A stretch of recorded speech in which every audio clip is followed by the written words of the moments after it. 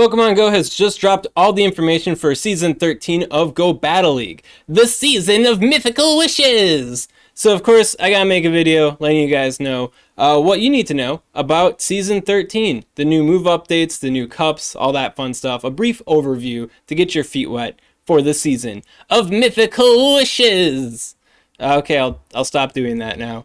All right, so yeah, Season of Mythical Wishes is starting Tuesday, December 1st, right? So standard stuff here. First, we got a nice little itinerary for all the cups that are happening, right? So we got Great League Remix. We got Fighting Cup, Great League Edition Remix. So I don't know how they're going to change up the Fighting Cup this time, but I really wish they didn't bring it back. We got the Ultra League Premier Cup Classic, which is probably my favorite Ultra League format and one of my favorite cups altogether, so glad to see it again.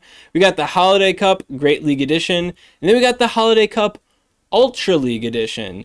And like, I know there's people out there that really love the Ultra League and stuff, but I don't appreciate the Ultra League cups personally, because like Ultra League's already like the expensive Great League, so them getting cups makes me feel like they're taking time away from having more Great League cups, so it's kind of lame. But it seems like Pokemon Go is trying to push us towards doing Ultra League more in general, so this might be the new normal going forward, right? Then we got Master League, and then we got the Master League Premier Cup Classic.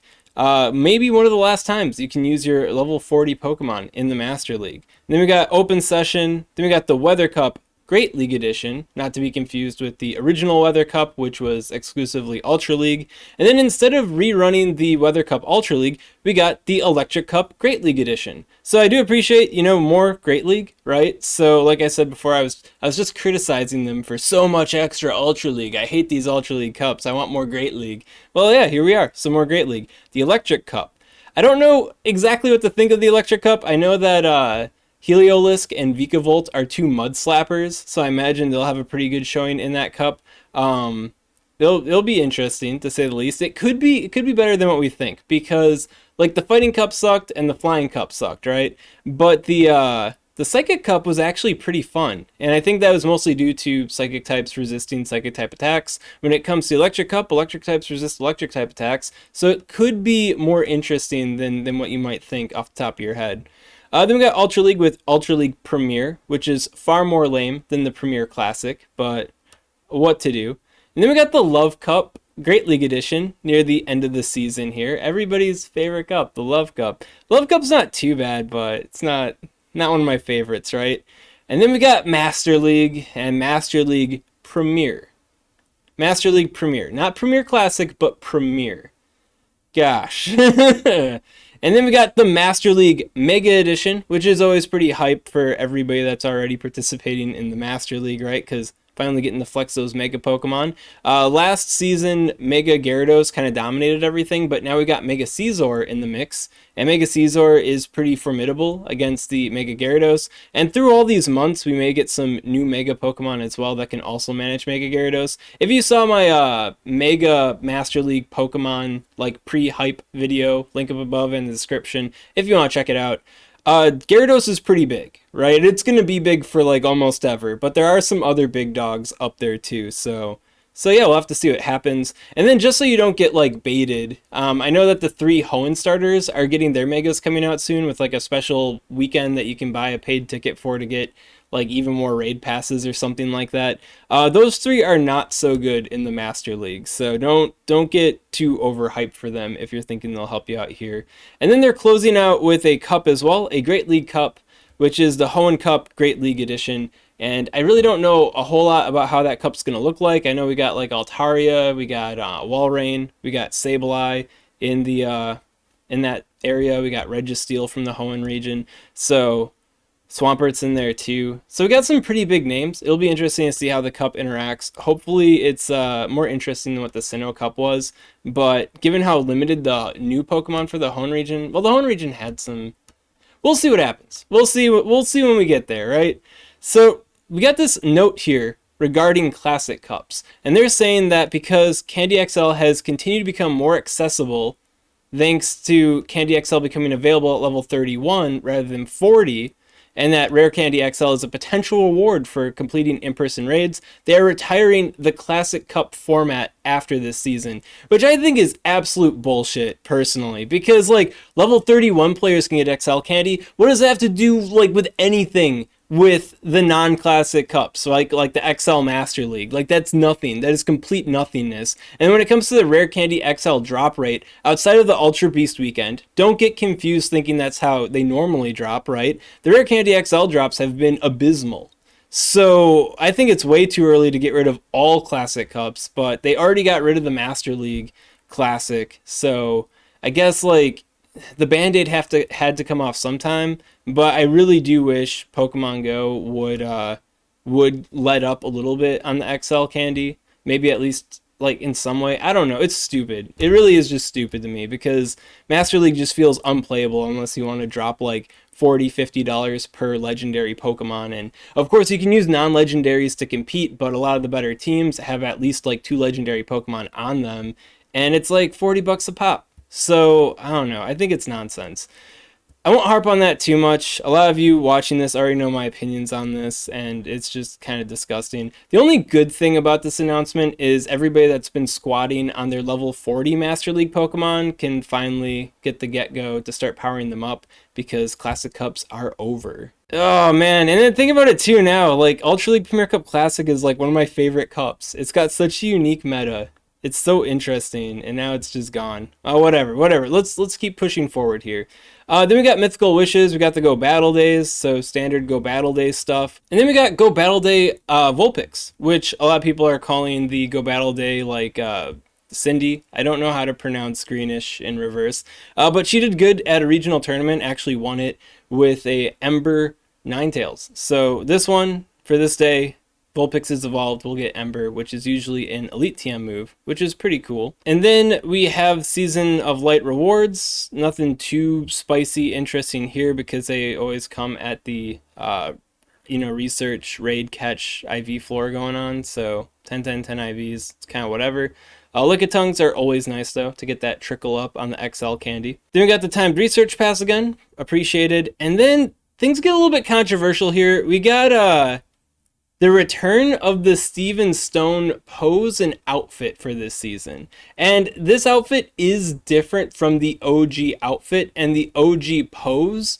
You don't move in it, so it's like it's its own separate thing. It is different technically, but man, it's kind of a odd choice to kind of rerun the same character again when there's hundreds of different characters in the Pokemon franchise. Like, Steven Stone's never been my fave, so I don't know why they're redoing Steven Stone. Maybe because it's the Hoenn region. Like, maybe we could have gotten Wallace or something instead of Steven, the other Hoenn champion, but it's none of my business. Then moving down, we got the details for the cup formats. So general standard stuff, nothing too unexpected here. But we do got the ban list for the Great League Edition remix of the Fighting Cup. And I think it's kind of peculiar. Like, they're banning the dragons, right? But the reason why the dragons ended up being so good, if you're, I don't know, analyzing the meta before, you'd know this, but the reason why the dragons were so good was because we had Buzzwole, Sneasler, the Sneasel, Hisuian side, and then we also had Toxicroak, right? So they resisted fighting type attacks, so the only Pokemon that could really compete with those Pokemon were ones that could do heavy neutral damage, so that's what the dragons could do.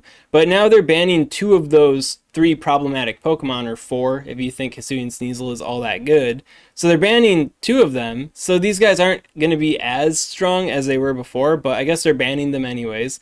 They're banning Buzzwole, now that everybody who didn't attend Seattle Go Fest can actually use it, and then they're banning Sneasler, and rightfully so, because you shouldn't really be able to use Sneasler in the Great League to begin with without effectively cheating. I know there is legit ways to do it, but the legit ways are kind of cheatsy to begin with, so I don't know. Fighting Cup kind of sucked. They still left in Toxicroak and the Hisuian Sneasel, so we still have the fighting type resistors. I don't expect this to be a better experience at all, but whatever, right? We've got the Holiday Cup, no complaints there. Weather Cup, same business. And then for the Electric Cup, we have a ban list. Stunfisk is banned, and rightfully so. It's a ground type Pokemon. It would just destroy the cup, like no questions asked. And then Charge-a-Bug. is banned. And like, I don't know what the electric type cup meta really looks like, but I think it's peculiar that Charjabug of all things is banned in it. It's an electric bug Pokemon.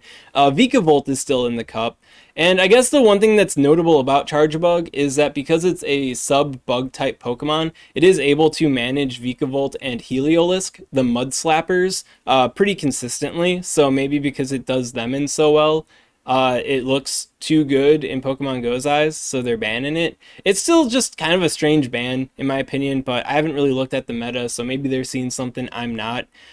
For a ground-type resistor to make it like ground-type neutral, we also have the Hisuian Electrode, so that is an option. And I guess with this being a bug-type option, it would be really strong against that Electrode too, so I guess I can kind of see maybe where they're coming from. Cute thing about Hisuian Electrode is for this cup, it probably will be best with Tackle as well. So as far as what the best picks for this cup's going to be, we got the Mud Slappers, I guess we got the Hisuian Electrode with Tackle, and I'm pretty sure there's other like quick attack, tackle type Pokemon that'll probably squeeze in there. But as we approach the cup, I'll take a closer look at the meta and see what I can find out for us. And then we got the Love Cup again, and then we got the Hoenn Cup Great League Edition. Now we get to move on to the fun part. The attack changes, the move rebalances, you know, and the moveset expansions and the brand new attacks in the season of Mythical Dreams. I said I wouldn't do it again, and here I am. All right, so first up, we got a wing attack buff. Energy is now increased on wing attack. So wing attack has always been kind of like a relatively poor move, all things considered. It could use a little bit of a buff, and it looks like it is getting a little bit of a buff in the energy department, which is pretty hype for a good number of Pokemon. I mean, Noctowl is already one of the best performing Pokemon around. I actually did a Noctowl PvP IV deep dive recently, link up above and in the description. So yeah, one of the best Pokemon, already getting better, right? And then, of course, you have other Pokemon that are benefiting too, such as Pelipper, which really suffered from the Weather Ball nerf. Now Pelipper is a lot better because it's a lot faster, so it can actually start throwing water balls at stuff, such as Galarian Stunfisk, being able to KO it a lot more consistently, once again. And then other Pokemon too, like Gliscor is going to be huge, Pidgeot is going to resurface in a really cringe kind of way, Golbat appreciates it, so Charizard too. Charizard can reach some blast burns a little bit quicker now, which is pretty nice for Charizard. So overall, a pretty hype buff overall, affecting a good amount of Pokemon. We also got some nerfs. We got Poison Fang nerf, increasing the energy cost of it. So basically just crippling the Nidoqueen. Nidoqueen was a little bit too quick with the debuffs before, so now they're kind of reining Nidoqueen in, which is a little bit unfortunate. If you check out the PvPoke rankings on it, like Nidoqueen takes a pretty massive hit because not only is it reaching Poison Fang slower, but now it baits into the Earth Power slower too, so the general consistency of Nidoqueen is getting reined in pretty heavily. As far as our other Poison Fanger, the Golbat, it kind of bounces out with the wing attack buff, so it still reaches it on the 5th attack, either way. So Golbat's not really affected, but Nidoqueen is definitely feeling it. And then they nerfed Charm. After all these years, they've finally done it. And I don't necessarily agree with it. I know there's tons of people out there that hate Charm. They hate Charm users. They hate the Charm teams. Tap, tap, no skill, ruining my life with Charm. But I don't think Charm was ever like that bad. I don't think it was nerf worthy, in my opinion, or at least in the current state of the game. It never really felt all that like nerf worthy, because against, like, I don't use Charm that often. Like, I know some of you catch me on the ladder in some specific cup or something using like a Charm Raichu or a Charm Whimsicott or something, but I'm not like a Charm aficionado, right? And I've never really felt like personally affected by Charm heavily. I felt like it was one of those moves where if you planned for it, prepared for it well, if you knew how to manage your energies and shields, like when you came against Charm, that you'd be able to work around it. And if you're using a Charm weak team and the Charm just happens to catch you while you're using a Charm weak team, what you gonna do? So I think it's just kind of odd that they nerfed it, because this really hurts every single Charm user, and they don't seem to be giving anything back to those fairy type Pokemon in return. So it's just kind of a bummer for fairy types. Good news for a lot of fighting and dark types, I guess, but I think this was a little bit of a brash decision on Niantic's part. Although I'm pretty sure plenty of people are applauding the crippling of the Charm here. Then we have attack availability updates. Well, what about the new attacks? Don't they normally mention new attacks with the attack changes? Yeah, so apparently we're not getting any new moves with this season update, which is pretty lame, honestly. But I guess, you know, 2 nerfs, 1 buff, and no new moves. Maybe the attack availability updates will make up for it. So starting out, we've got Litleo and Pyroar both getting Incinerate so they can reach their charge moves a little bit more quickly. Both these Pokemon really aren't meta at all. Litleo comes up in some cups every now and then, but this doesn't really change anything in the meta at all. So very strange choice there, but we see a lot of these with the season updates. Then we got Meteor Beam getting distributed out to Sudowoodo, Aggron, Tyrantrum, and Aurorus, which is also kind of strange. It's a good attack, but it doesn't really change anything for any of these Pokemon, except for Aurorus. Aurorus is pretty threatening now with the Meteor Beam, but at the same time, the Aurorus is still doubly weak to fighting type attacks, so it's got that crippling, poor defensive type that's, you know, rock and ice. So it's kind of awkward, but I think Aurorus does get a benefit out of this, so that's kind of cool. But for the other picks, it's just kind of weird. Like, Sudowoodo already has Rock Slide and has Earthquake along with it, so like it's hard to see Sudowoodo wanting to give up those attacks. And as far as raid attackers go, none of these guys have like really big attack stats, so you know, it's just kind of weird. Just kind of weird. Then we have Poltergeist. Poltergeist is going to be given to Dusclops, Golurk, and Gourgeist. Poltergeist is a 75 energy cost charge move, so it's a pretty bad move overall. Like, I had a whole video talking about how it's bad back when it was given to Chandelure, and I think I said in that video, man, it'll be a shame if any other ghost types happen to get this attack instead of a different ghost type attack, because it's so bad. And here they are, giving the bad move to 3 Pokemon. Dusclops kind of appreciates it because it has no nuke attacks outside of return, but at the same time, it's a 75 energy cost charge move, so how much is this really helping Dusclops out? I cannot say for certain, but I guess maybe in some cup it'll come up. Then we got High Horsepower getting added to Galarian Rapidash, Piloswine, and Mamoswine. Once again, another attack where I talked about how bad it is and how unfortunate it would be if Pokemon got High Horsepower instead of almost any other ground type charge move, such as, what's it called? Earth Power, right? And, well, here we are. Mamoswine gets it. And I guess it's cool for Mamoswine because it is technically better than Bulldoze. I think it's like same energy cost but better damage than Bulldoze. Bulldoze is like one of the worst charge moves in the game, so being better than worst, you know, it is an upgrade, but it's just kind of weird. And I guess for G-Dash here, it can hit Steel-type Pokemon now, where before it couldn't, so this could come into play in some limited format in the future. But when it comes to the Open Great League meta, it's not dealing nearly enough damage quick enough to have it really matter for it. So overall, a relatively benign addition, except for maybe Master League players who like Mamoswine. And then we got Brutal Swing added to Galarian Weezing and Ampharos. As far as Galarian Weezing goes, I don't know. This Pokemon's kind of a meme, so having a little extra tool in the toolbox for the meme Pokemon, sure, why not? Brutal Swing is one of the better charge moves in the game, so could be cool for Galarian Weezing. And then it's also given to Ampharos, which is extremely hype. Some of you may be aware that I am an Ampharos enthusiast in the Ultra League, primarily in the Ultra League Premier Cup Classic, which is apparently dying now. But Ampharos game Brutal Swing is really helpful because it hasn't really had a way to fight against the tree, Trevenant, all that effectively. And then we got a super effective charge move to wail down on the Trevenant. So this could be a big turning point for the Ampharos, or maybe Ampharos will still be roughly where it is already, but it'll now be able to hit Trevenant there. Either way, I'm pleased that Ampharos is getting a buff. So overall, this update's pretty mid, to be honest. We don't have any new attacks. We only got 2 nerfs. One of the nerfs isn't even all that justified in my opinion. We got a pretty cool buff, and I think that buff is going to be pretty sizable for a lot of Pokemon that do have the Wing Attack already. But they're not giving Wing Attack to any other Pokemon, and they're giving like a whole bunch of bad moves to a bunch of Pokemon.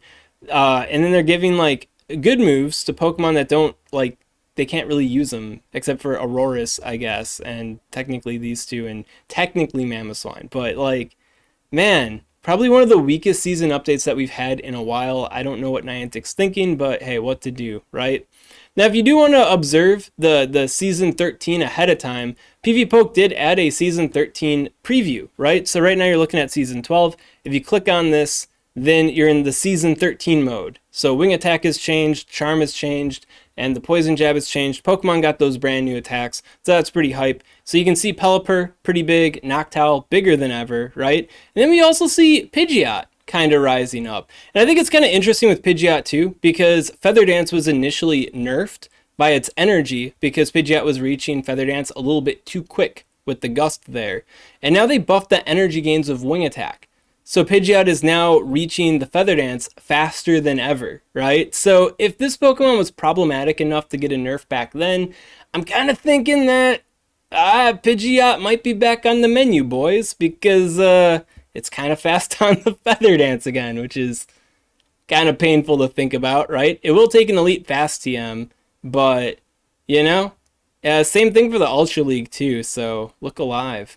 And yeah, Mantine up here, Gliscor, now pretty big. It's kind of interesting because it reaches Night Slashes so fast it can actually threaten Trevenant pretty consistently, and bullies Swampert better than you'd think. So yeah, some pretty big Pokemon coming this way. Season 13 Pokemon Go. Of course, we'll take a closer look at them as they arrive or something. I don't know how to finish this video. So that's all I gotta say about Season 13 for GBL, the Season of Mythical Wishes. If you got any questions on this content, of course, comment below. Let me know what's up. I'll be happy to help you out. And if you enjoyed this kind of content and you want to see more like it, well, make sure to subscribe to SwagTips.